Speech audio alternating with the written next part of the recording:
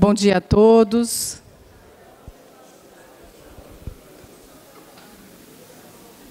Na segunda-feira nós tivemos a abertura, né, do planejamento acadêmico. Hoje é a nossa abertura do planejamento da Propesc. Então, a palestra do professor Jorge Aldi.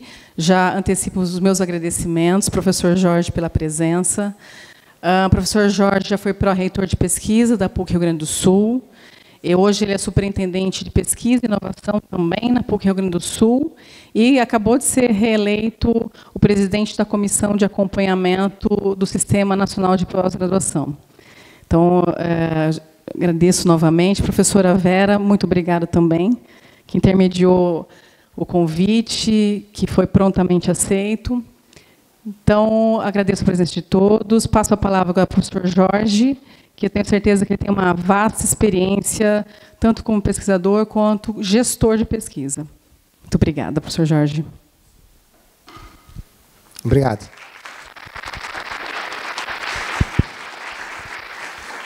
Cadê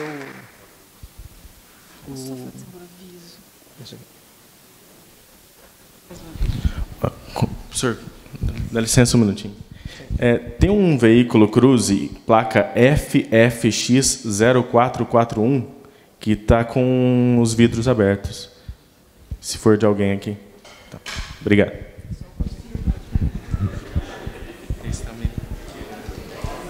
Acho que esse está melhor. Eu já falei.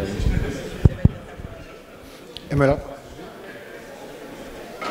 Não, lá não. Prefiro falar nesse negócio. Pode ser?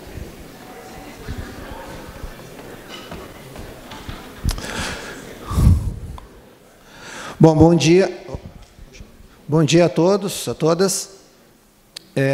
Inicialmente, eu queria agradecer muito o convite da Alessandra, né, a pró-reitora de Pesquisa e Pós-Graduação aqui da PUC de Campinas. Agradecer a satisfação de eu ter o contato de novo com minha querida amiga, com a Vera, né? Fomos pró-reitores juntos durante 8 anos, né? Dois mandatos aqui, lá na PUC do Rio Grande do Sul. Tivemos uma atuação muito bonita juntos, na década passada. Parece que faz tempo. Bom, mas vou falar um pouquinho, então, sobre a questão da Comissão Nacional de Avaliação do PNPG, do Plano Nacional de Pós-Graduação, e especificamente com relação à questão do novo modelo de avaliação, né, que é o tema que mais que tem dominado a questão na área de pós-graduação desde o final de 2017. Né? Então, vou apresentar quais são as principais recomendações, algumas delas estão em implementação. Segunda e terça agora, semana passada, na realidade, como a Alessandra colocou, a comissão foi não sei como é que eu vou dizer isso, mas ela foi confirmada, vamos dizer assim, né? Eu também fui confirmado vou continuar na presidência dessa comissão, já estou nessa presidência desde 2011, desde que começou o PNPG 2011-2020. A comissão também continua com algumas mudanças, né? Muda assim, quase 40% dos membros vão ter alguns ajustes, teve gente que saiu, agora eu vou comentar um pouquinho mais à frente. E as principais encaminhamentos. Tem algumas coisas que vão ter um impacto muito forte para nós na área de pós-graduação, principalmente as decisões de ontem, dessa reunião que envolveu a presidência da Andifes, da Abruen, da Abruc e do FOPROP. O Diretório Nacional estava lá reunido. Não, o Diretório Nacional não, a Executiva Nacional estava lá reunida, com relação ao planejamento, ao plano estratégico da pós-graduação, né, que é uma coisa bastante nova, vamos dizer assim, que vai ter um impacto muito forte, institucional, com relação à pós-graduação, impactando na abertura de cursos novos, APCNs e o próprio processo avaliativo. Bom, então, eu não sei, eu vou descer, porque isso aqui está muito longe.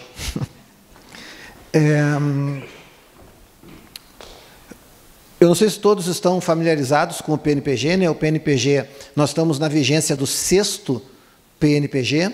Esse PNPG tem vigência 2011-2020, né? Nós estamos há 2 anos da conclusão, o ano que vem fecha o período de implantação, de execução do Plano Nacional de Pós-Graduação. Esse aqui foi elaborado em 2009 e 2010, entrou em vigência em 2011.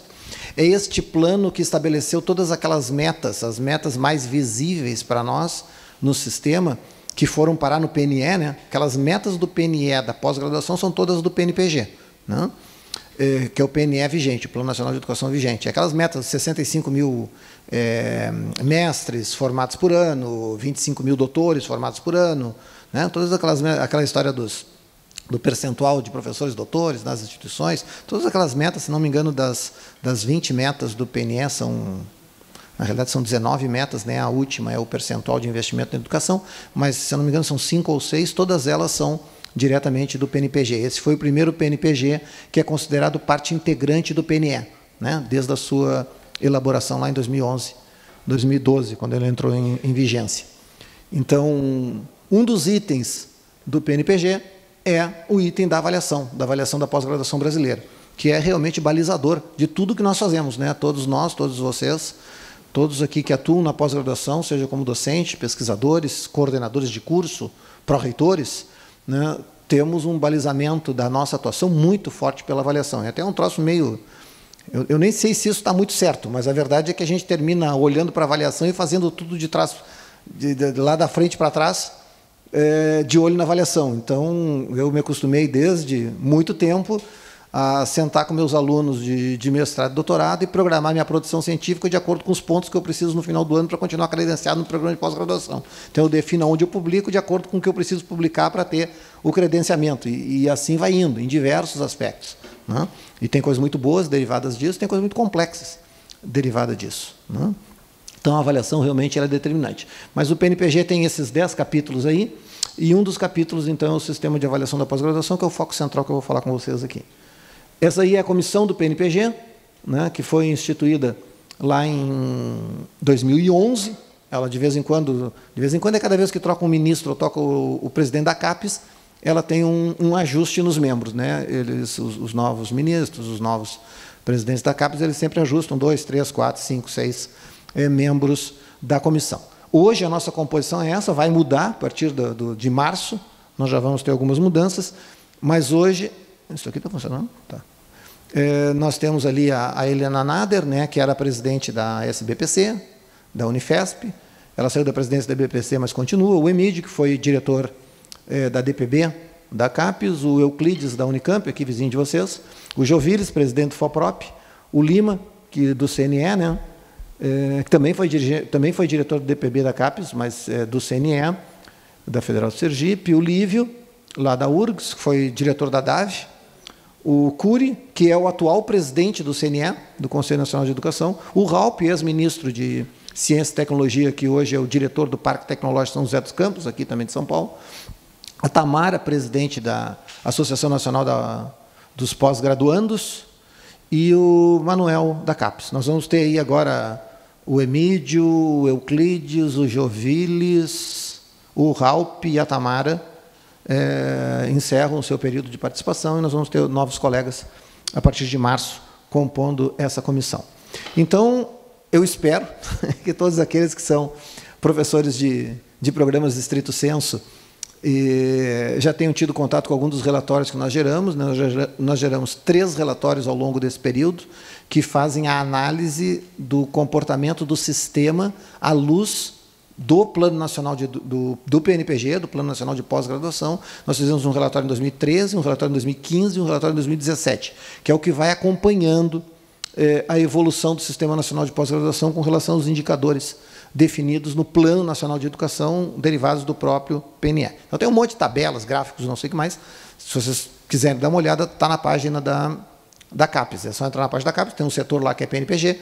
Se vocês pegarem de 2017, que é esse último aqui, foi o relatório apresentado em novembro do ano passado, ele tem todos os gráficos de acompanhamento de como está a evolução do número de programas. Hoje nós temos quase 6.000 programas de pós-graduação, como estão os acompanhamentos do número de doutores formados. Nós já rompemos a barreira dos 20 mil, não chegamos aos 25, mas já rompemos os 20 mil. Como está o número de mestres formados, nós já passamos da meta na formação de mestres no país, e por aí vai, né? Todos os aspectos que são relacionados ali têm uma análise de acompanhamento, de perspectivas e assim por diante. Esse relatório de 2017 ele é muito interessante, porque a gente, desde 2015, né, todos nós que estamos inseridos nesse contexto, que é o Brasil, a gente vem passando por um período de redução violenta, né, de recursos na área de ciência, tecnologia, educação de um modo geral.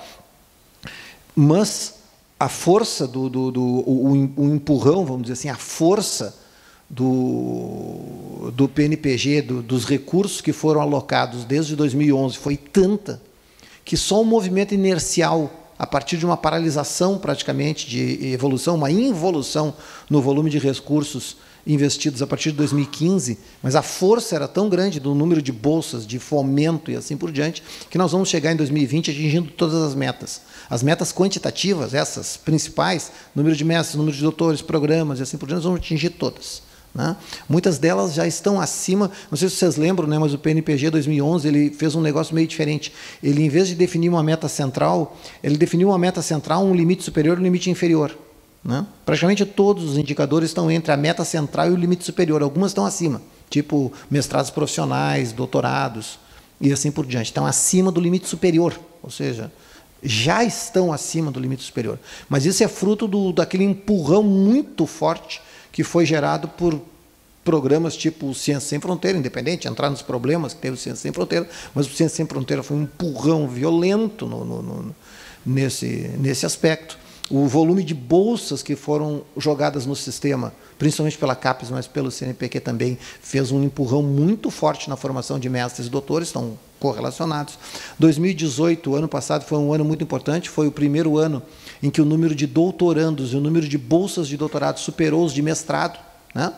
Muitas instituições mais maduras, vamos dizer assim, que há mais tempo atuam na pós-graduação em estrito senso, tiveram essa curva nos últimos 3, 4 anos, então tem muitas instituições hoje no país, não só as grandes, tipo, bom, os vizinhos de vocês aqui, USP, Unicamp, com mais doutorandos do que mestrandos. A minha instituição, por exemplo, a PUC do Rio Grande do Sul, em 2016, a gente passou a ter mais doutorandos do que mestrandos, um volume maior de bolsas de doutorado do que de mestrado. O Sistema Nacional como um todo, desde o ano passado, passou a ter mais mestrandos mais doutorandos do que mestrando. São sinais de maturidade de um sistema que vem evoluindo muito nos últimos anos, né, em taxas assim que violentas. É só ver o total de APCNs e de gente que entra no sistema para atingir esses indicadores.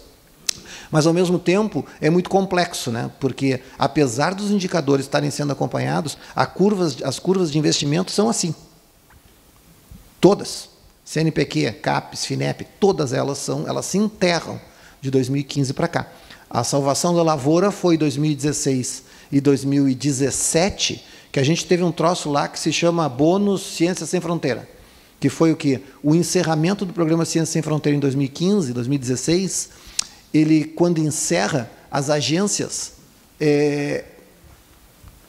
alocam, vamos dizer assim, o corte de orçamento basicamente em cima dos recursos do Ciência Sem Fronteiras. Por isso que a CAPES, em 2015, 16, 17, o Abílio, que é um cara muito experiente, né, que foi o presidente até dezembro, ele é muito, muito experiente, né?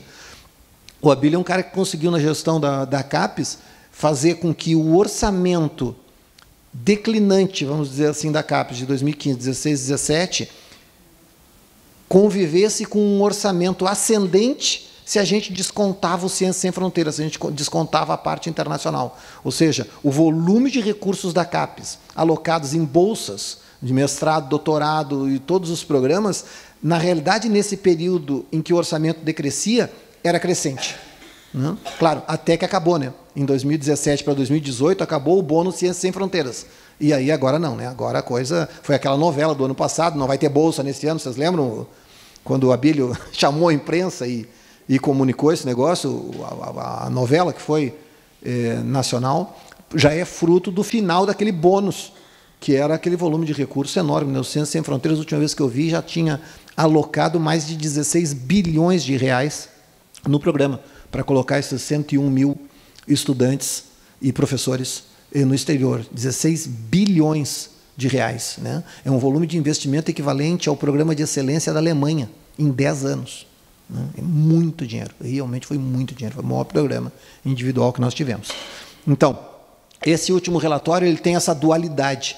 Ele apresenta uma perspectiva de fechamento em 2020 dos indicadores principais do PNPG, mas, ao mesmo tempo, alerta para a preocupação enorme da redução dos recursos no sistema, não só no volume de bolsas, mas também em custeio, capital, né, os pró-equipamentos, os CT Infras, tudo que está relacionado com o suporte à pesquisa, né, e à pós-graduação.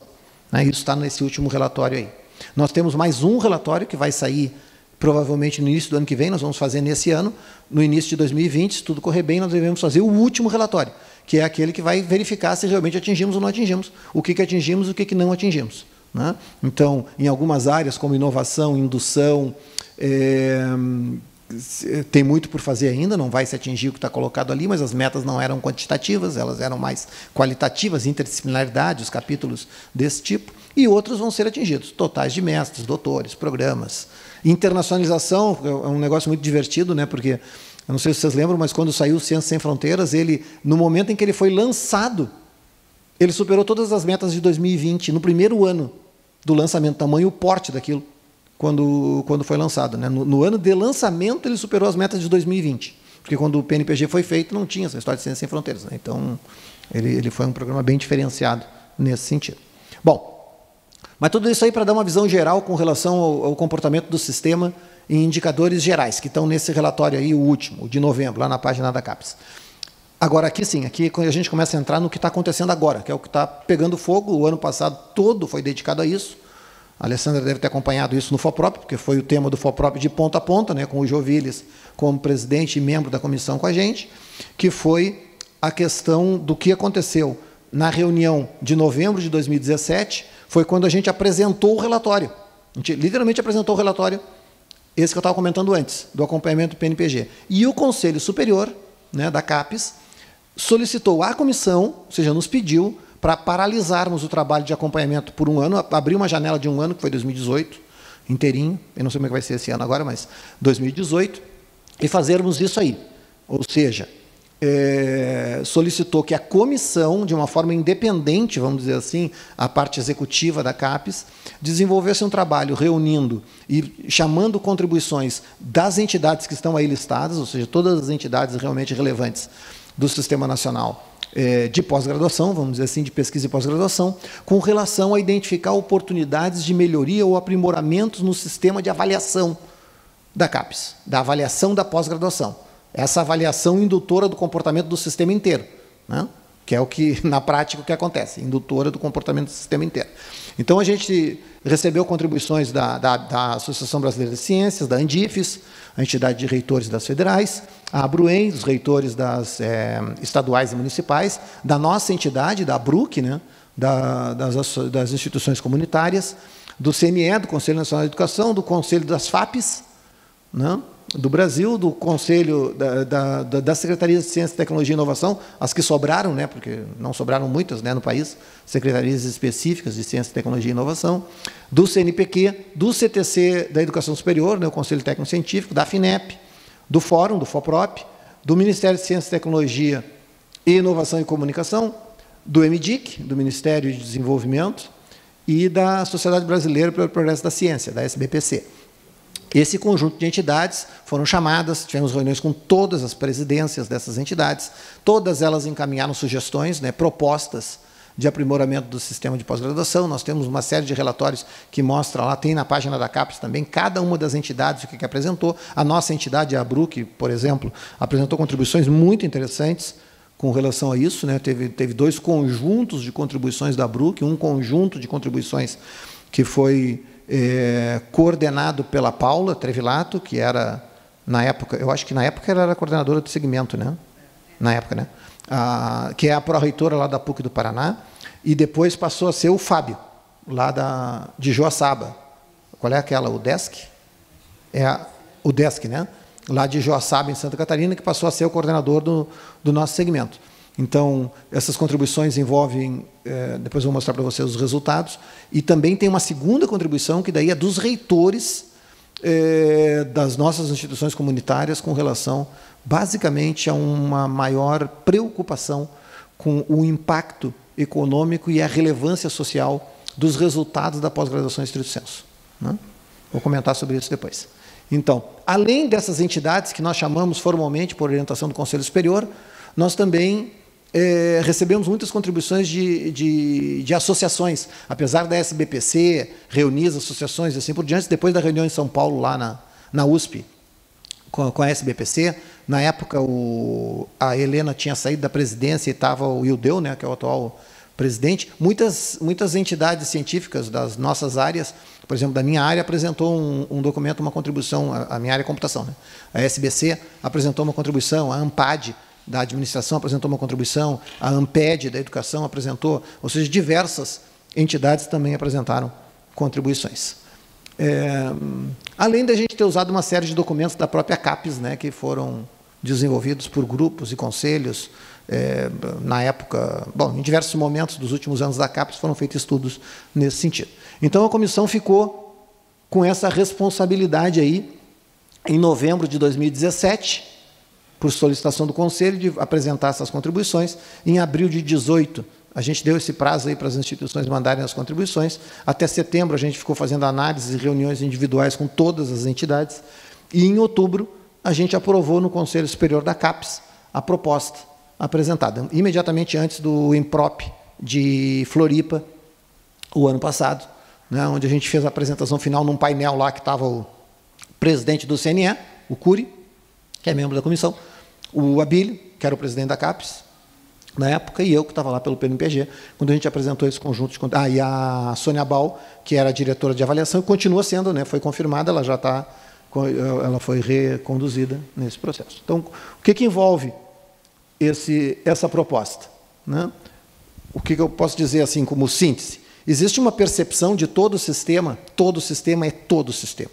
Todas as contribuições de todas as entidades reconhecem a importância da avaliação para atingir esses patamares de qualidade que nós temos na pós-graduação, né? Eu costumo dizer, assim, sem muita preocupação, sem ficar vermelho, como eu digo, de que realmente a pós-graduação estrito sensu no país é o nível da educação superior que mais avançou, que mais se destacou, que mais realmente consegue se colocar em nível internacional junto em algumas áreas, junto às melhores universidades e os principais grupos de pesquisas do mundo.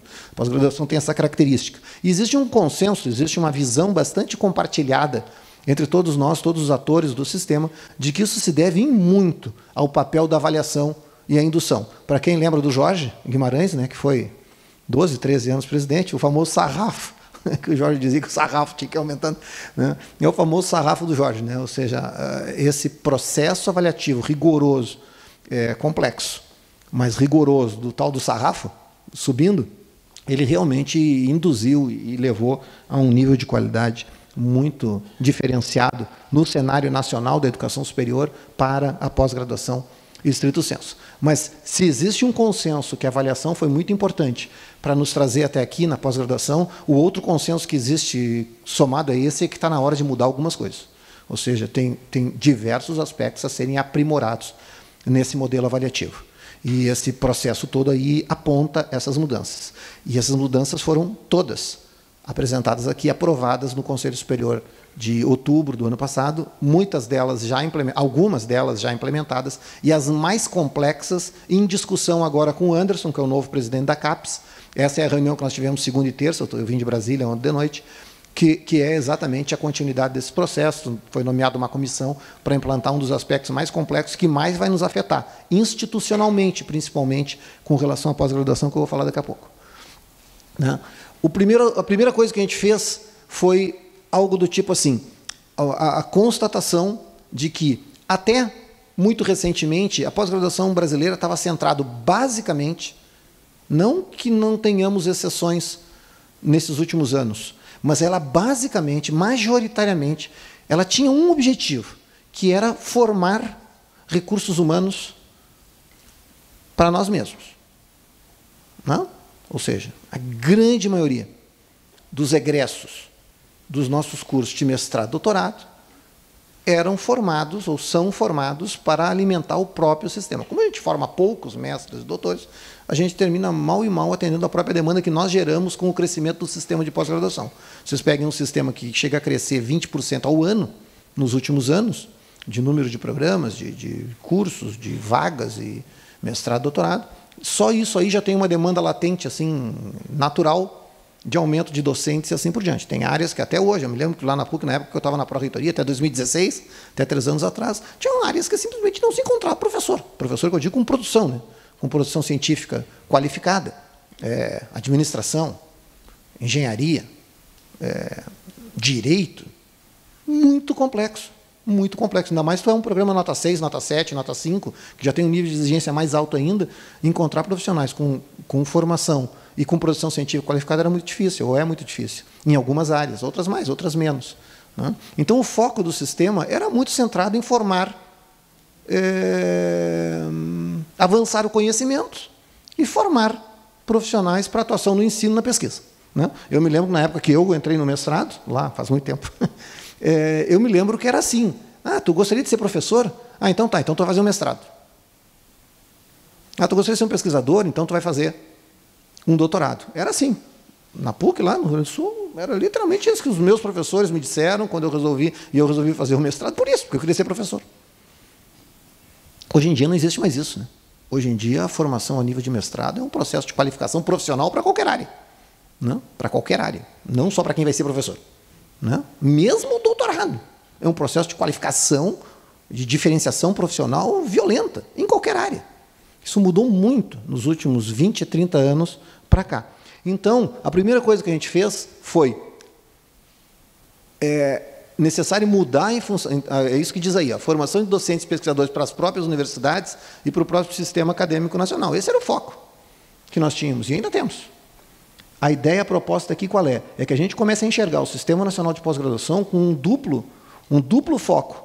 Sim, manter essa visão que é importantíssima, é a própria essência do que nós fazemos, o avanço do conhecimento, né, incluindo a formação de docentes e pesquisadores, para nós mesmos, mas agregar essa outra visão aí, a atuação e impacto no desenvolvimento econômico e a relevância social, incluindo o segmento empresarial e a atuação na área pública e a formulação de políticas públicas. Isso aí está entre parênteses, porque até o finalzinho, desde o início, isso foi a primeira coisa que a gente definiu.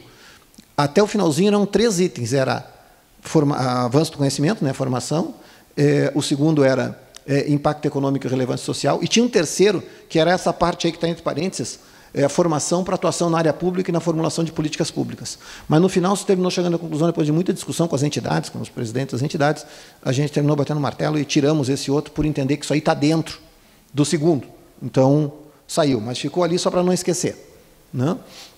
Então, né, o principal objetivo dos cursos, que é formar mestres e doutores capazes de enfrentar os novos desafios científicos com independência tecnológica, mas contribuindo para o progresso não só científico e tecnológico, mas também econômico e social. Ou seja, dentro de uma perspectiva de que domínio tecnológico hoje é talvez a maior manifestação de uma autonomia nacional, de uma soberania nacional no mundo que a gente vive hoje, é domínio tecnológico.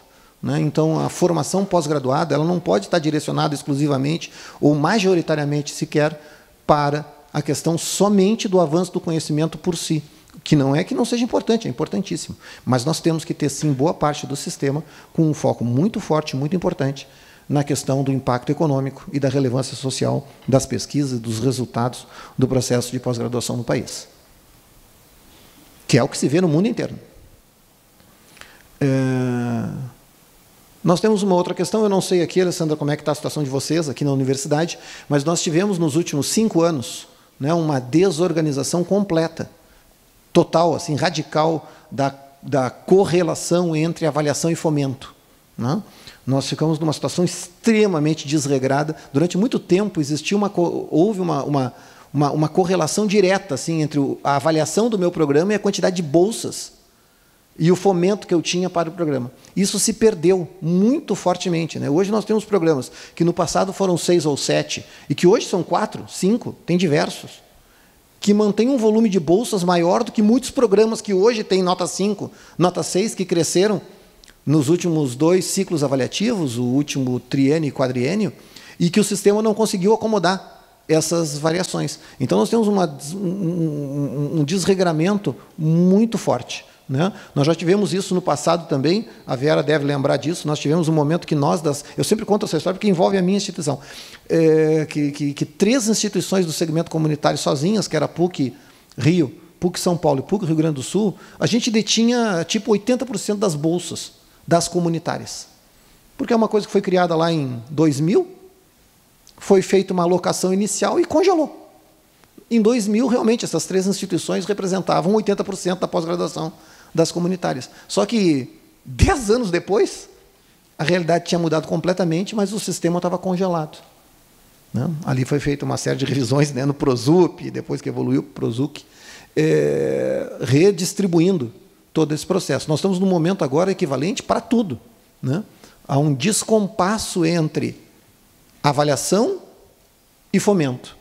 Né? Então, o ano passado, o FOPROP passou o ano inteiro com comissões lá trabalhando com a DPB para isso, que era para ser implementado no início do ano. Vocês devem imaginar o que aconteceu. Né? Foram feitas algumas simulações, algumas instituições, principalmente algumas muito grandes, iam perder um volume bastante significativo de bolsa, e aí a chiadeira foi fantástica. E agora está sendo nomeada uma nova comissão para reanalisar a redistribuição. Essa é uma temática que nós vamos estar envolvidos com ela esse primeiro semestre, com certeza, antes de se bater o martelo, porque a ideia toda era rodar o novo sistema agora, no início do ano, e fazer toda a redistribuição de bolsa. Né? Tudo indica que não vai dar para fazer agora, porque o impacto vai ser muito grande. Mas isso é algo muito visível no sistema. E esse segundo item talvez seja o de maior impacto para nós. De maior impacto. Ontem, na reunião com o Anderson, o presidente da CAPES, foi criada uma comissão que é composta pelos reitores, os presidentes da Andifes, a BRUC e a BRUEM, FOPROP, 3 membros do FOPROP, e mais o PNPG, né? Eu estou nessa comissão aí como presidente do PNPG. Essa comissão vai analisar e apresentar a proposta do processo de elaboração do plano estratégico de pós-graduação das instituições. A gente vive uma realidade nas entrevistas da comissão, não sei como é que é o caso de vocês aqui. Normalmente a gente nas comunitárias é mais cuidadoso com isso, porque abrir um programa de pós-graduação é um volume de investimento bastante alto. Né? Na minha instituição, um programa de pós-graduação ele tem um custo, ou seja, ele tem um déficit, se a gente for falar do ponto de vista de resultado financeiro, da ordem de 1 milhão a 2 milhões por ano. Cada programa. Não sei se vocês têm essa conta aqui, mas lá na nossa PUC é mais ou menos isso. Entre 1 milhão e 2 milhões é o quanto a universidade tem que cobrir, né, tem que bancar para um programa de pós-graduação. Então, é uma decisão muito séria, porque imagine uma instituição como a minha, que tem 24 programas de mestrado e doutorado, né, programas com mestrado e doutorado, é um volume de investimento muito alto. Então, a gente costuma ser um pouquinho mais cioso na hora de abrir um programa, tem uma interferência institucional muito grande, né? Do vamos, não vamos, e assim por diante. Mas o cenário nacional não é esse. Né? O cenário nacional, em muitas instituições, é do tipo assim, a reitoria nem toma conhecimento dos APCNs que estão sendo enviados. Né? O pró-reitor recebe o APCN no dia do envio. Né? Ele só tem que carimbar, assinar e mandar para a CAPES. E depois a CAPES decide, ou seja, as instituições têm muito pouco protagonismo no processo de crescimento do seu próprio programa de pós-graduação. A professora X brigou com a professora Y no programa de não sei o que, a professora Y resolveu mandar um APCN novo para abrir um outro programa na mesma área, com o grupo dela, separado daquele outro grupo, e pronto. Nós temos hoje diversos casos de universidades com até 12, uma dúzia de programas na mesma área. Na mesma área. Mas ciência da computação, engenharia, direito. A minha instituição, em 2000, nós chegamos a ter 3 programas de odonto juntos, na mesma área. 3 programas separados de odonto, os 3 na área de odonto, na mesma faculdade, que era uma só. Não? E quem já passou por essa experiência de tentar compactar isso, deve ser muitos dos cabelos brancos que eu tenho se devem a isso. Mas nós tínhamos 3 programas de odonto, um com nota 3, outro com nota 4, 2 com nota 4. Hoje nós temos um com nota 6. Uhum. E agora, é claro, nas instituições públicas, principalmente nas federais, de novo, tem 8 programas na mesma área. Então, tem toda uma tentativa, tem toda uma indução para ver se a gente consegue, nos próximos anos, dar uma enxugada. Não é reduzir, é simplesmente, né, revisitar essas estruturas e ter uma organicidade maior, né? Porque o critério para abrir um programa novo não é porque ela brigou com ela, porque o grupo X brigou com o grupo Y e vai abrir o grupo da odonto do B, porque se desentendeu com a odonto do A. E assim vai indo. Isso a gente ouviu de muitos reitores, de muitos pró-reitores, que é esse processo. A PCN chega no dia do envio. E a reitoria só manda o APCN. Na realidade, quem decide o crescimento da pós-graduação em muitas instituições não é a instituição, é a CAPES, porque se a CAPES aprova o PCN, abre o curso. Se a CAPES não aprova, não abre. Ponto. né? Então, isso aqui vai nos afetar muito. O parâmetro disso aqui é o que aconteceu com o print, né? Vocês enviaram um programa para o print? Proposta para o print? Ah, não estava qualificada pelo número de programas, nota e não sei o que mais. O print aconteceu uma coisa mais ou menos assim, né? Foram 169, se eu não me engano, instituições habilitadas, 160 e poucas instituições habilitadas que cumpriam aqueles requisitos para mandar a proposta. 106 ou 107 mandaram, né? E 35, 36 foram aprovadas. A maior parte das instituições, o print introduziu uma coisa nova, que foi o quê? Eu tinha que ter um plano estratégico institucional previamente aprovado pelo Conselho Universitário para depois apresentar a proposta do print, se vinculando àqueles objetivos e metas do plano estratégico. Parece fazer sentido, né? Na minha instituição, por exemplo, que eu gosto de dar exemplo, que eu não me incomodo, né, que é a minha mesmo, nós aprovamos o plano estratégico de internacionalização da PUC na mesma sessão do Conselho Universitário, que 5 minutos depois a gente aprovou o envio da proposta do print, porque nós não tínhamos o plano de internacionalização da universidade, nós tivemos que fazer junto, aprovar um primeiro, aprovar o outro depois, referenciando o primeiro. O que se espera do Sistema Nacional de Pós-Graduação, a gente tem dito isso no conselho, na comissão, todas as palestras que nós fizemos no ano passado, em muitas instituições, tipo essa aqui que eu estou fazendo aqui já, em muitas instituições, comecem a se preocupar com isso e a fazer isso, porque isso vai ser exigido este ano já, para ser elaborado e estar pronto antes do próximo quadriênio, do próximo ciclo avaliativo. Porque a autoavaliação da pós-graduação que vai ser inserida no processo avaliativo do próximo quadriênio é uma autoavaliação que vai ser feita à luz do plano estratégico de pós-graduação, que praticamente nenhuma instituição no Brasil tem. Em tese, onde é que deveria estar o plano estratégico de desenvolvimento da pós-graduação? No PDI. Eu não sei de vocês aqui, mas eu não vi PDI nenhum ainda que tenha alguma coisa elaborada sobre o assunto da pós-graduação que seja mais do que 2 ou 3 parágrafos dizendo que a gente pretende abrir 1 ou 2 programas em tal e tal área. Agora, um plano estratégico realmente que defina uma visão de futuro da área de pós-graduação, o impacto na sociedade, a relevância social, a formação de pessoas, as áreas, o funding, de onde vai vir o dinheiro para financiar isso. Um plano elaborado realmente... Eu não saberia dizer uma instituição que tenha isso hoje no seu PDI. É algo muito parecido com internacionalização. O print, todas as instituições que venceram o print, todas as 36, todas, aprovaram um plano novo, nesse modelo aí que a PUC fez, do Rio Grande do Sul, de internacionalização novo, para fazer o edital do print. Porque o que tinha no PDI não dava nem para início de conversa. Vai acontecer exatamente a mesma coisa com relação à pós-graduação. Ou seja, as instituições serão induzidas pela CAPES a elaborarem um plano de desenvolvimento, um plano estratégico de desenvolvimento da pós-graduação estrito sensu nas suas instituições e suas relações com o entorno, com a sociedade. E, a partir daí, é que as instituições farão o processo de autoavaliação que será inserido no processo avaliativo. Não é autoavaliação do tipo assim, perguntar para o coordenador o que ele acha do programa dele. É um mecanismo um pouco diferente. Bom, aí está um ponto central, né, que é a questão da relevância social e impacto econômico da pós-graduação. Isso aí talvez seja o aspecto mais diferencial, vamos dizer assim, que aparece, derivado daquele segundo objetivo, né, avanço do conhecimento e impacto e relevância, né? É uma área muito complexa. Definir indicadores para isso é muito complexo. Todo mundo concorda aqui que a pós-graduação tem que ter um impacto no desenvolvimento econômico e na relevância social. Agora, definir indicadores para isso não é trivial, né? É algo bastante complexo.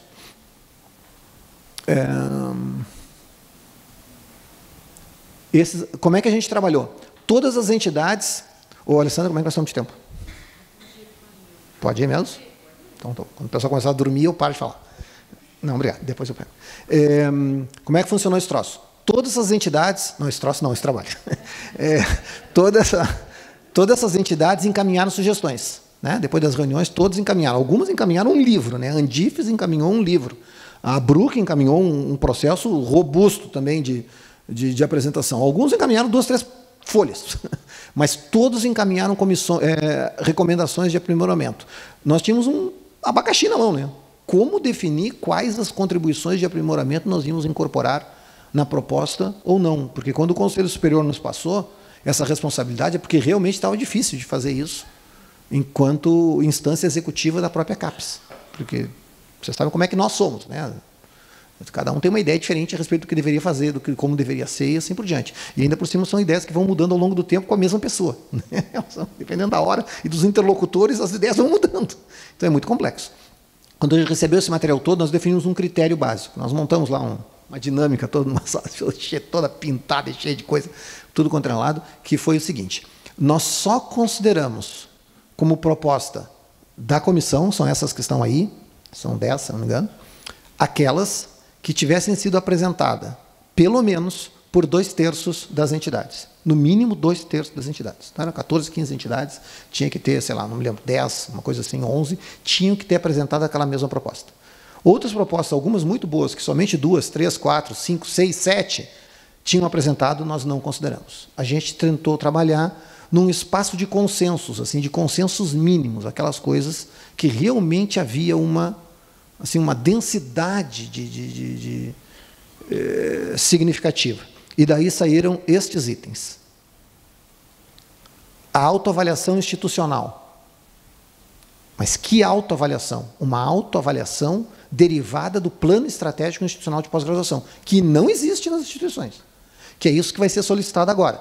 A Alessandra lá, o FOPROP, faz parte dessa comissão que foi criada ontem, com 3 membros lá, certamente o Márcio, né, que é o presidente, a Milka, que é a nossa colega, vice-presidente, que é a nossa colega da PUC de Goiás, e mais um que eu não sei exatamente quem vai ser, mas deve ser alguém das estaduais, né, e das municipais, que é aquela comissão que eu comentei, que vai definir qual vai ser a abordagem, a metodologia desse plano que as instituições terão que desenvolver com relação à pós-graduação. Para quê?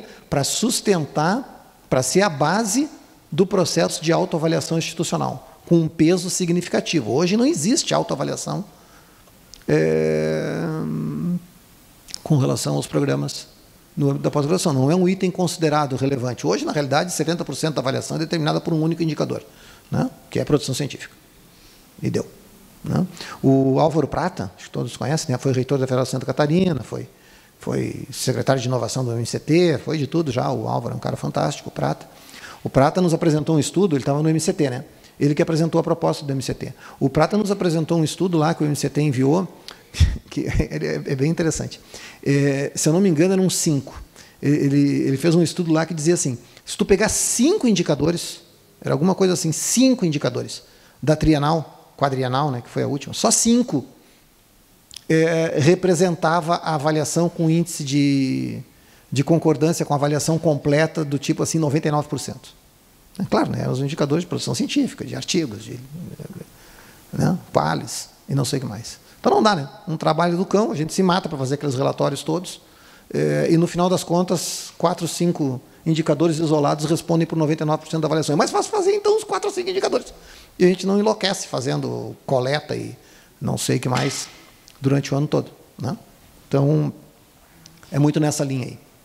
A questão do impacto, né? O impacto no desenvolvimento econômico e o impacto regional dos programas, né? Tem uns exemplos que a gente costuma usar muito, que é uma preocupação que o processo avaliativo da CAPES do próximo quadriênio, né? Não é nesse.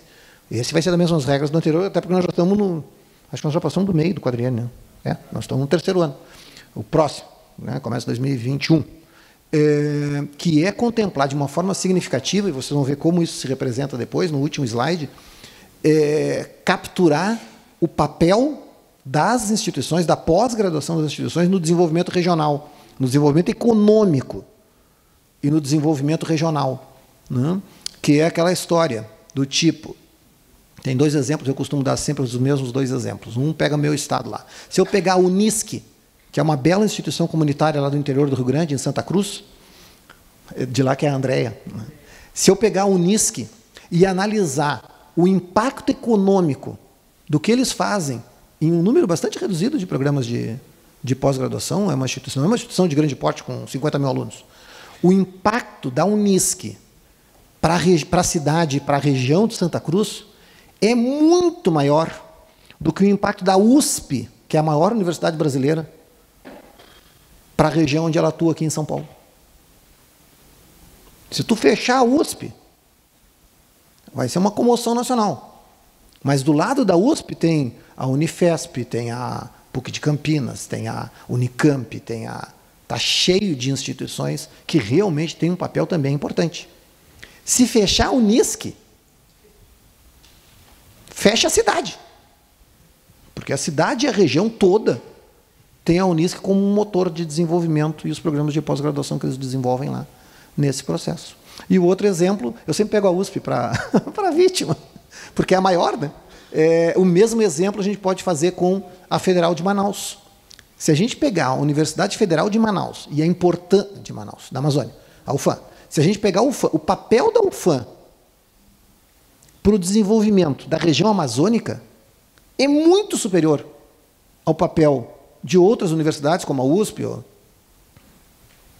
nas suas regiões. Vou pegar Porto Alegre, que é a minha cidade.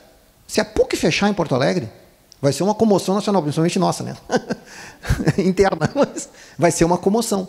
Mas Porto Alegre tem a Unicinos, que é uma excelente instituição comunitária, tem a URGS, que é uma das melhores universidades federais do país, tem uma série de instituições muito boas. O mundo não acaba. Agora, se fechar a Universidade Federal do Amazonas, é realmente um abalo em todo o processo que envolve a região amazônica do ponto de vista científico, tecnológico e de formação. E o sistema atual de avaliação nosso não captura isso. O sistema que nós temos hoje de avaliação não captura isso. Ele captura a USP como a universidade número 1 do país, a Unicamp, a Federal do Rio, a PUC do Rio, que é a nossa melhor universidade comunitária. Mas ele não consegue capturar o papel de uma instituição como a Unisc, como a Federal do Amazonas, como diversas instituições, nas suas regiões. O seu impacto. Então, isso é uma coisa que a gente quer mudar. Um modelo único de avaliação multidimensional, e é assim que a gente está propondo essa mudança, eu vou explicar o que é isso depois. Tem um item que aparece em todas as contribuições, que é um balanço melhor entre indicadores quantitativos e qualitativos. A turma qualitativa está subindo pelas paredes, com o grau de quantitivismo do processo avaliativo. Isso aparece em todas. Sabe quem que é todas as entidades? Todas, sem nenhuma exceção. Não é 2/3, é todas. 100% daquelas entidades apresentam essa questão de um balanço melhor entre aspectos quantitativos e qualitativos. O exemplo mais repetido, aí não é todas, mas é o mais repetido, é a questão da avaliação da produção científica. Trabalhar com o conceito inglês de produção científica qualificada, do tipo, eu não estou preocupado, ou melhor, não é que eu não estou preocupado, mais importante do que ela ter produzido 20 artigos em periódicos e 5 livros, é ela chegar para mim e dizer quais foram as 5 melhores e mais qualificados produtos desenvolvidos no período. E a análise da produção se dá em termos da avaliação desses 5 produtos que ela mesma vai indicar quais são. Eu passo de uma lógica do tipo, eu produzi 60 artigos. Bom, esse cara, então, é melhor do que ela que produziu 45. A ideia qual é? Modelo inglês. Cada uma delas vai indicar os 5 produtos, ou os 7, ou os 3, não importa, mais importantes do período. E a análise se dará sobre a qualidade, o índice de impacto, e não sei o que mais, destes 3 ou 5. E o programa, da mesma forma, quais foram os 7 produtos mais relevantes do programa no período. E não o somatório de todos os indicadores quantitativos. É só para dar um exemplo. Não? Então, isso aí é o item produções indicadas mais relevantes e o balanço. Onde é que está o balanço aqui? Aqui, balanço quantitativo e qualitativo. Relevância social, ou seja, o impacto, não o impacto no desenvolvimento, mas a relevância social dos programas de pós. Acompanhamento do egresso, que muitos poucos de nós fazemos, né? No meu programa lá na computação, a gente não tem muito acompanhamento de egresso. O acompanhamento de egresso é mais ou menos assim. Tu sabe onde é que estão teus alunos aí de doutorado que saíram do... um está aqui conosco, o outro está lá não sei o quê, outro tá não sei o quê. Mas a gente não tem, em muitas instituições, um processo formal de tracking, de acompanhamento dos egressos. E isso é algo que vai passar a se exigir no processo, para o processo de avaliação, a comprovação do acompanhamento dos egressos. Onde estão, o que estão fazendo. Balanço, já falou. Mudanças no Qualis. O Qualis é o item mais divertido de todos, né? O Qualis, todas as entidades acham que tem que mudar. Ele é muito divertido porque todo mundo concorda que o Qualis tem que mudar. Não tem dois que concordem no que tem que mudar. Todo mundo acha que o Qualis é um problema, mas não tem dois que concordem qual o problema e como resolver. Então, o Qualis tem que mudar, vai mudar. Só que é um cenário aberto, assim, é um greenfield total, que vai de eliminar o Qualis e não ter mais Qualis, até ter o Qualis único para todas as 49 áreas. Entre essas duas coisas tem todas as combinações possíveis. Qualis por grande área, Qualis por colégio, Qualis para quem não quer não precisa ter. Proibir o Qualis para todo mundo e ter um Qualis único para todo mundo. Então o Qualis é o troço mais complexo do sistema, porque ele desperta amores e ódios assim, impressionantes. Realmente muito impressionante. Internacionalização, né, que é um aspecto bastante importante, né? Hoje o print é um bom exemplo disso, né? Mas a questão da internacionalização dos programas, com o amadurecimento do sistema nacional, esse fato do ano passado nós termos atingido mais doutores do que mestres no sistema, de mestrado acadêmico, a primeira vez que isso ocorre no país, e muitas instituições já terem isso há algum tempo, nos últimos anos, é realmente um amadurecimento de todo o sistema. E o que significa um amadurecimento de todo o sistema? O que significa eu ter mais doutorandos do que mestrandos? Significa que eu tenho um deslocamento para cima, e o deslocamento para cima é o PROEX, né? São os programas 6 e 7, ou seja, nós estamos todos direcionados para essa questão da internacionalização de uma forma muito forte. E, finalmente, a questão da inovação, né? Que é essa dimensão que depois se traduz na aplicação do conhecimento em realidades, em situações do mundo real, em resolução de problemas, né? Que vai se refletir depois em impacto econômico, em relevância social, essa dimensão da inovação. Não é só a inovação, é também a inovação do cara lá do programa de ciência da computação, ou de engenharia, ou de BCM, lá, como é que é? Biologia celular e molecular, e sei lá o que mais, que vai gerar spin-outs, né? Vai gerar spin-offs, que vai gerar empresas, né? Startups, que vai gerar emprego, renda, que é a noção usual de inovação. Mas inovação que a gente fala aqui é com uma visão muito mais alargada do que essa, né? Não é inovação só aquela que gera uma empresa, que gera emprego e renda, mas inovação no processo de pesquisa pode ser isso, mas eu estou falando de inovação também quando eu pego toda a área de saúde, as medicinas 1, 2, 3, toda a área de saúde, e desenvolvo, por exemplo, sei lá, o resultado de um trabalho que é um kit de diagnóstico de câncer, e aquilo salva uma vida. O conceito de agregar valor à sociedade pode ser agregar valor à sociedade pela geração de emprego e renda, quando eu crio uma empresa, mas eu também estou agregando valor nesse conceito alargado quando o resultado de uma pesquisa translacional desenvolvida na área de saúde salva uma vida. Ou uma pesquisa aplicada do pessoal do serviço social em uma comunidade carente, com um baixo IDH ou alguma coisa assim, melhora a qualidade de vida daquela população ou melhora o IDH daquela região. Isso também é agregar valor à sociedade. São formas diferentes que as diversas áreas de conhecimento encontram em agregar valor à sociedade, que vai desde a geração de empresa até salvar uma vida, passando por melhorar a qualidade de vida de populações ou de regiões e assim por diante, né?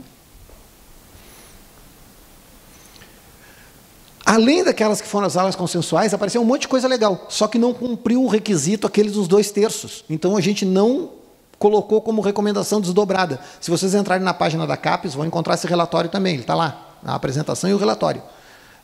Tudo escrito, esse troço aí, né? Tudo descrito. Essa apresentação está feita em cima daquilo, né? Então, tem diversas outras coisas. Por exemplo, redefinição das áreas de conhecimento, né? Diversas entidades, não 2/3, fazem análises bastante interessantes que eu, por exemplo, compactuo. Muitos de nós na comissão compactuamos, não todos. Nós temos muitas áreas de conhecimento. Do jeito que o mundo é hoje, 50 áreas de conhecimento. Será que eu preciso realmente ter engenharia 1, 2, 3? Medicina 1, 2, 3? Será que não faria mais sentido num mundo onde as coisas são muito mais trans, multidisciplinares? Os problemas são muito mais complexos, a forma de resolver são todas multitrans, disciplinares e assim por diante. Não faria sentido ter menos áreas de conhecimento? Será que essas áreas de conhecimento não crescem num ritmo proporcional aos feudos, aquele do briguei com ela, então vou abrir um PPG para mim novo, né? E assim por diante? Parece fazer sentido. Redefinição das áreas de conhecimento. Por exemplo, unificação das áreas de conhecimento, que é uma coisa óbvia, né? Poxa vida, por que a CAPES, o CNPq, a FINEP não tem as mesmas áreas de conhecimento para... É um troço meio esquizofrênico, né? Somos nós mesmos. Mas quando eu estou numa agência é uma coisa, quando eu estou noutra agência é outra coisa. Quando eu estou noutra agência do mesmo país, do mesmo governo. A sistemática de aprovação de novos cursos, isso já mudou, né? Que era aquela história, que é aquela sugestão que a DAV já implementou, que é a PCN agora ou é aprovado ou é não aprovado. Não tem mais a nota. O curso novo só vai ter nota no primeiro ciclo avaliativo completo que ele viver. Ele não sai aprovado com uma nota, ele sai aprovado com um aprovado só. E começa a funcionar. Só no primeiro ciclo avaliativo recebe uma nota. A relação com a educação básica. Vocês não têm ideia a choradeira que é, e com razão, do pessoal da educação básica. Coisas que a gente não se dá conta. Como nós temos um sistema totalmente definido da avaliação, ao contrário, né, como eu digo sempre, ao contrário do normal, né? O normal é tu... Bom, nós vamos fazer isso, o que importa é isso, nosso propósito é esse. E no final tem uma avaliação para ver. Não, a avaliação determina tudo o que vem antes. Então tem um exemplo aqui que a gente cansou de ouvir do pessoal da educação básica, primeira, segunda, terceira vez, pô, mas que coisa, daqui a pouco, não, esses caras têm razão. Muitas áreas do conhecimento, vou citar a minha, não sei se tem alguém da computação aí, vou citar a minha. Fazer um livro didático, um livro de graduação na área de ciência da computação, do ponto de vista da pós-graduação, vale 0. Fazer e não fazer dá na mesma. Qual é a indução que o sistema está dando? Está dizendo, cá entre nós, para o pessoal mais qualificado, que são os pesquisadores, doutores, avaliadores de mestrado, doutorado nas suas áreas, olha, não percam tempo fazendo livro didático para ensino básico, graduação, sei lá o que for, porque tu não vai ser avaliado em nada por isso. E tu ainda corre o risco do teu coordenador te chamar e dizer, quando tu for ser descredenciado, porque tu escreveu 3 livros didáticos, tu foi muito burro, né? Tu sabe que isso aí não vale, para que tu fez isso? Devia ter escrito um artigo internacional, A1. É ou não é assim? Só que é brabo quando tu ouve isso dos caras, né? Porque eu, por exemplo, nunca tinha pensado nisso. Mas realmente é verdade. Eu fico olhando para a minha área assim, poxa vida. Por que eu vou estimular um doutorando meu a escrever um livro comigo para ser usado na graduação da minha disciplina, se aquilo não vale para nada, do ponto de vista... Claro, se eu tiver uma produção assim, sobrando, né, estou nadando de braçada, até dá, né? Mas hoje em dia está todo mundo por aqui, né? Produzindo o que dá. Mas isso aí também não foi nesse nível de 2/3, mas faz todo sentido, né? Que é esse negócio aí da relação com a educação básica. A gente poderia, sim, na pós-graduação, ter uma preocupação um pouquinho maior com os outros níveis de ensino. Né? Tudo bem que a gente se diferenciou muito do nível de qualidade, de reconhecimento de outros níveis de ensino na educação superior brasileira, é verdade, mas talvez seja o momento de reconhecer algumas coisas e induzir algumas coisas importantes nesse sentido. A questão do financiamento, né? E vem muita gente, né, falando da questão do problema do financiamento, dessa redução, mas que também não entrou. Né? Agora, eu não vou fazer, porque senão eu vou ficar com vocês aqui até a hora do meu avião. Já passou do tempo aqui, sei lá quanto. A Alessandra está sendo muito gentil comigo. Aqui, eu faria, para cada item, ó, qualis, produções qualificadas, internacionalização, acompanhamento de egresso, tudo aquilo que eu fui falando antes em cada um, tem um slide para cada um desses caras aqui. Tá? Autoavaliação, que é esse negócio do plano estratégico institucional, vocês vão ouvir falar muito disso, muito, ao longo desse ano. Vai ter muita polêmica em cima disso, né? O FOPROP está direto, essa comissão de ontem, vai ter muita, porque ontem já foi, ontem estava o presidente da Andifes, a Bru, que é Bruen, o FOPROP, a executiva, e já foi uma polêmica. Já foi uma polêmica. Tanto é que, como toda boa polêmica no Brasil, terminou no quê? Na criação de uma comissão. Essa que eu falei antes, que vai analisar e em 3 meses apresentar a sugestão ao presidente da CAPES de como conduzir esse processo. É assim que terminou a reunião. E agora sim, agora eu vou para o ponto que eu quero centrar com vocês, que é o grande aprimoramento. A gente evita falar de mudança, assim, mas é o grande aprimoramento do modelo. A grande contribuição, vamos dizer assim, fora todo o resto que a gente fez, mas eu acho que a grande contribuição que a gente faz é indicar o uso de um modelo de referência para avaliação da pós-graduação diferente.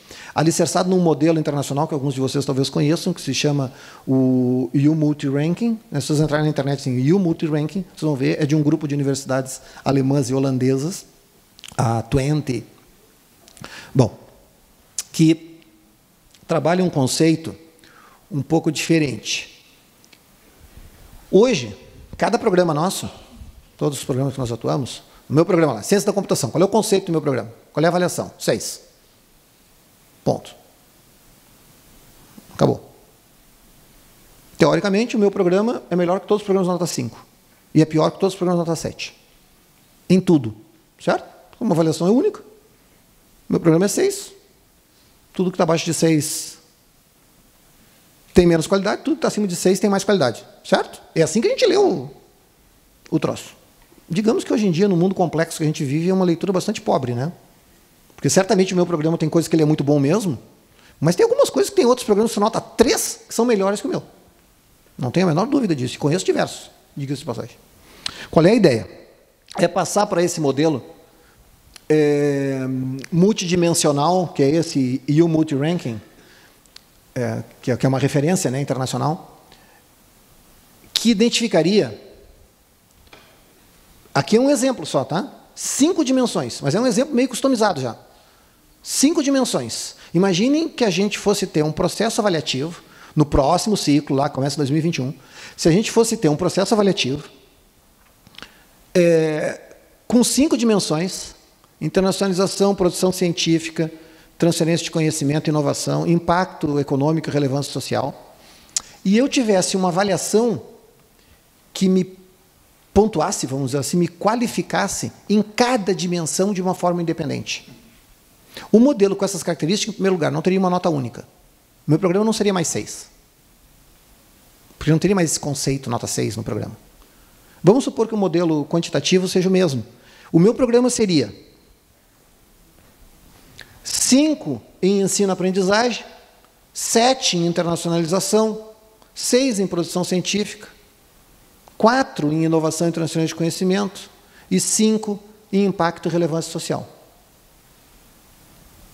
Eu teria uma avaliação para cada uma das dimensões. Numa situação dessas, imaginem que a universidade, a Unisc de Santa Cruz, ou a UFAM, com relação ao impacto e relevância social, o impacto regional, passaria a ser nota 7. Mas, em produção científica, 4. Na hora que eu quisesse no sistema analisar quais são os programas, as instituições ou os programas, que têm um grau maior de contribuição, que estão mais voltados para a questão da interação com empresas, especificamente com interação com empresas, eu vou olhar esta dimensão aqui e vou ver quais são os programas nota 7 e 6 no país, na dimensão inovação e transferência de conhecimento. Não necessariamente serão os mesmos que são nota 7 na produção científica. Faz sentido?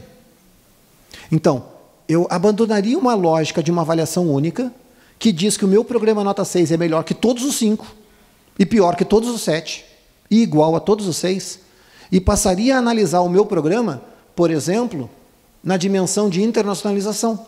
Vamos imaginar que a FINEP vai fazer um edital de inovação lá para não sei o quê. Ela poderia pegar a avaliação da CAPES na dimensão que interessa para eles, que é de inovação e transferência de conhecimento, transferência de tecnologia, e analisar ali quais são bons. Nós vamos fazer um edital só para os programas 4, 5 e 6, ou 5 e 7, ou 13 e 4, da dimensão inovação e transferência de conhecimentos. E aí eu poderia ter, tranquilamente, uma situação em que a Unisc e a UFAM são 7 no engajamento regional, no impacto regional, no impacto econômico, relevância social, e são 4 em produção científica. Enquanto a USP é 7 em produção científica e 5 em impacto regional. Estou chutando, hein? Estou pegando a USP para Cristo só porque é a maior. Por isso que eu sempre pego esse, porque são a maior, é a melhor. Não? Entenderam a lógica? Essa é a grande não, é uma das contribuições relevantes que a gente apresenta, a mudança. O ano passado, em novembro, nós fomos lá um grupo, a Sônia, né, da DAV, eu fui o Bob, estava falando dele, né, o Bob Verheim, da Federal da Bahia, lá da Andifes, o Cury, que é o presidente do CNE, quem mais foi nessa viagem? Não me lembro quem mais. O Sérgio Avelar, lá da DRI, não, da DRI não, o Sérgio é da DAV, né? Da DAV. Nós fomos lá visitar na Alemanha e na Twente, lá na Holanda, os caras que desenvolveram esse modelo. E vocês, aqui em São Paulo, diga-se de passagem, aquelas coisas do Brasil, né? A gente chegou lá para conhecer o sistema e descobrimos lá que a FAPESP tinha contratado eles, né? Que nós chegamos lá e depois de conversar assim no primeiro dia, e eles ouvindo só, né? Aí a gente gostaria que vocês fossem para o Brasil, para conversar lá em Brasília, apresentarem o modelo, não sei como mais. Aí o cara olhou para nós. Pois é, no mês que vem nós estamos indo lá na FAPESP, porque nós somos contratados, eles têm um contrato de não sei quanto tempo para implantar esse modelo e o multiranking nas universidades de vocês. Agora, não sei quais universidades, são todas aqui de São Paulo, não sei quais. Tanto que a gente aproveitou a vinda deles, já eles iam passar 2 semanas aqui na FAPESP, e pegou 2 dias lá em Brasília. Eles foram lá para apresentar o modelo para a gente, né? E para a gente, que eu digo, é para a CAPES, né? Para a CAPES e para o CNE. Né? Então, vocês aqui em São Paulo já estão um pouquinho mais adiantados nesse processo, exatamente com essa turma aí do U Multiranking. Uma característica interessante, 2 características interessantes. A gente estudou modelos avaliativos, o Lívio, vocês lembram do Lívio, né? Que era o diretor de avaliação, que agora está lá na Sorbonne, em Paris. O Lívio, que é lá da Federal do Rio Grande do Sul, né? Que era o diretor da DAF, e membro da comissão até dezembro. O Lívio fez um estudo dos principais modelos de avaliação da pós-graduação no mundo, da América Latina. A gente tem uma outra apresentação que mostra cada um deles, né? Inglaterra, Alemanha, França, Estados Unidos, Holanda, não sei o que mais, e outro que é Brasil, Argentina, Colômbia, os países da América Latina. E quando a gente fez essas análises, quando a gente estudou os modelos, tem algumas coisas assim, a começar por esse U Multiranking, que a gente primeiro, os caras não entendem como é que no Brasil a gente tem uma avaliação só para pós-graduação e outra avaliação para graduação e para outra para extensão, outra para não sei o que mais, eles não entendem. Né? Eles têm uma dificuldade enorme de entender que a gente está fazendo a avaliação só da pós-graduação, o resto da universidade que se vire. Né? E que o INEP faz da graduação. Eles não entendem. Eles realmente têm uma dificuldade enorme de entender. Tanto que o Multiranking, esse aí que é o FAPESP que contratou os caras, e que nós temos como modelo, como referência, esse U Multiranking não é um modelo de avaliação de pós-graduação. De pós-graduação. Ele é um modelo de avaliação da universidade. Ele avalia universidades. E não só a pós-graduação. Né? Então, a gente tem essa questão aí, que é algo a resolver ainda no Brasil, né? A questão da avaliação da educação superior como uma coisa única, e não como uma coisa segmentada. Né? Extensão para lá, graduação para lá, pós-graduação para cá. E aí, no INEP, lá, quando fecha o IGC, puxa a avaliação da CAPES para lá, que é um bicho totalmente estranho, né? A metodologia do INEP. Então, isso é uma dificuldade que eles têm muito grande de entender. Quer dizer, eu não sei, eu acho que é uma dificuldade que nós temos, que eles não conseguem entender. Então, essa é a ideia da avaliação multidimensional. Se tudo funcionar bem, isso foi aprovado no Conselho Superior, isso hoje está na mão, todo o relatório, todas as contribuições foram aprovadas, está tudo na mão da Sônia, na DAV, para a implementação. Essa comissão... Hã? Não, muitas dessas coisas já estão começando a ser implementadas. Ontem tem a coisa, talvez a mais complexa, é o planejamento estratégico, para mim a mais complexa, mais complexo que isso aí, porque isso é uma decisão interna ali da CAPES para a forma como vão ser apresentados os resultados. Eu acho que isso aqui é um modelo muito mais rico, muito mais justo, né? Muito mais abrangente, muito mais do que o modelo único que a gente tem hoje, que realmente desestimula muitos programas, muitas instituições, porque eu olho para cima e eu tenho a USP. Eu sou uma coisinha desse tamanho. Eu tenho lá na PUC 24 programas. A USP, a última vez que eu vi, tinha 290 de pós-graduação. A abertura do modelo avaliativo com essas janelas vai permitir que muitas instituições, muitos programas encontrem um espaço ao sol, assim, né? um reconhecimento às forças que ela tem dentro do cenário nacional e internacional, sem dúvida, né? Bom, depois tem umas outras coisas aí que apresentam, que são, ali de novo, a reflexão sobre as áreas de avaliação da CAPES, a questão da educação básica, que a gente já falou, o ciclo avaliativo, né? Não vou entrar nisso aí, porque já estouramos o tempo. Apesar da Alessandra não falar nada, eu estou ficando preocupado. O financiamento, né, que é essa preocupação que já falei, né, o alinhamento, avaliação e fomento. A questão a distância, né? De novo, é essa tendência que a gente tem. Quando a gente vai para o exterior, a gente tem a oportunidade de conhecer esses modelos de fora, é muito interessante. Eles não... Todos os lugares que a gente considera mais desenvolvidos, eles não fazem essas diferenças. Tem uma avaliação para os programas acadêmicos. Tem outra para os profissionais. Tem outra para os EAD que vai ter agora. Tem uma para pós-graduação, tem outra para graduação, tem outra para extensão. Esse pessoal lá fora, eles ficam loucos da vida quando a gente começa a explicar isso, porque eles dizem, mas como é que vocês avaliam o conjunto? Bom, a gente não avalia o conjunto, a gente avalia tudo aos pedacinhos, né? Então, aqui tem uma coisa sobre isso, né, que essa questão a gente tem que encontrar um jeito de avaliar as coisas no seu conjunto, né, e não tudo separado, com comissões separadas, com gente diferente, com critérios diferentes. Vai ficar cada vez mais complexo de entender as relações entre as coisas desse jeito, né? Então, aí, concluindo, finalmente, vocês podem ler aí, né? A ideia, então, é uma contribuição para esse aperfeiçoamento do sistema. Essa injeção de paciência que a gente faz no texto inteiro, para quem lê, já nos disseram isso diversas vezes, a gente fica o tempo todo dizendo que é aperfeiçoamento do sistema, que é aprimoramento. Vocês devem lembrar, quando começou o trabalho dessa comissão, em novembro do ano passado, foi uma novela, assim, um mês depois...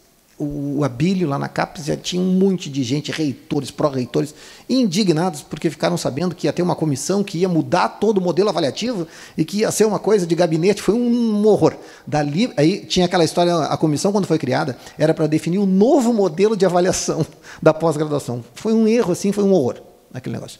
Aí a gente mudou toda a abordagem, todo o nosso... Tanto que eu fico falando, todos nós, quando apresentamos, a única regra que a gente tem em comum é aprimoramento do modelo vigente. Não é para trocar e assim por diante. Aí o sistema se acalmou, né? A coisa meio que se tranquilizou. Por isso que aparece tanto essa história de aperfeiçoamento e assim por diante. Tem-se a expectativa que as mesmas tenham um papel no desenvolvimento econômico e social. Isso, de novo, como eu disse, é uma dimensão muito importante, com muitos reflexos no novo modelo avaliativo, inclusive o sistema U-Multiranking, que abre essas janelas de engajamento regional, impacto, relevância social, não sei o que mais, né? Sempre considerando a importância no avanço do conhecimento, formação de mão de obra, que foi o que a gente sempre fez bem, né? Mas tem que ser alargado, né? A gente tem ciência, né, de que tem muitas coisas que devem ser implementadas. Nós sempre, desde o início, dissemos que as mudanças deveriam ocorrer somente para o próximo ciclo avaliativo, né? Não fazer ruptura nenhuma. Nós tivemos propostas ao longo do ano passado de muitos membros, inclusive do Conselho Superior da CAPES, de fazer as mudanças assim, tipo Big Bang, assim, do tipo muda e acabou-se. Tivemos propostas de empurrar o ciclo avaliativo, era fazer tipo um delay, assim, do tipo ignora os 2 anos que passaram, começa um novo modelo agora e segue para frente. O Fernandes, lá da PUC do Rio, fez essa proposta, que foi avaliada e discutida, muito discutida, se faríamos ou não, que era literalmente desconsiderar 2 ou 3 anos, que não teria avaliação e já se começaria um novo ciclo. No final, terminou reinando, assim, terminou ficando essa visão, não, vamos encerrar o ciclo corrente dentro das regras correntes, e como alguém disse ali, já o que der para ir mudando, vai mudando, né? O que der para ir inserindo, vai inserindo. Mas realmente as regras do jogo mudam no próximo jogo, né? No próximo campeonato, lá em 2021. Mas isso não é decisão da comissão. O papel da comissão se encerrou em outubro, quando nós entregamos as propostas. Isso agora está na mão da diretoria executiva da CAPES, né? Claro, por exemplo, essa comissão que foi feita ontem, já a comissão está envolvida, mas agora é uma decisão executiva. O nosso trabalho, nesse sentido, da proposta acabou, né? No ano passado.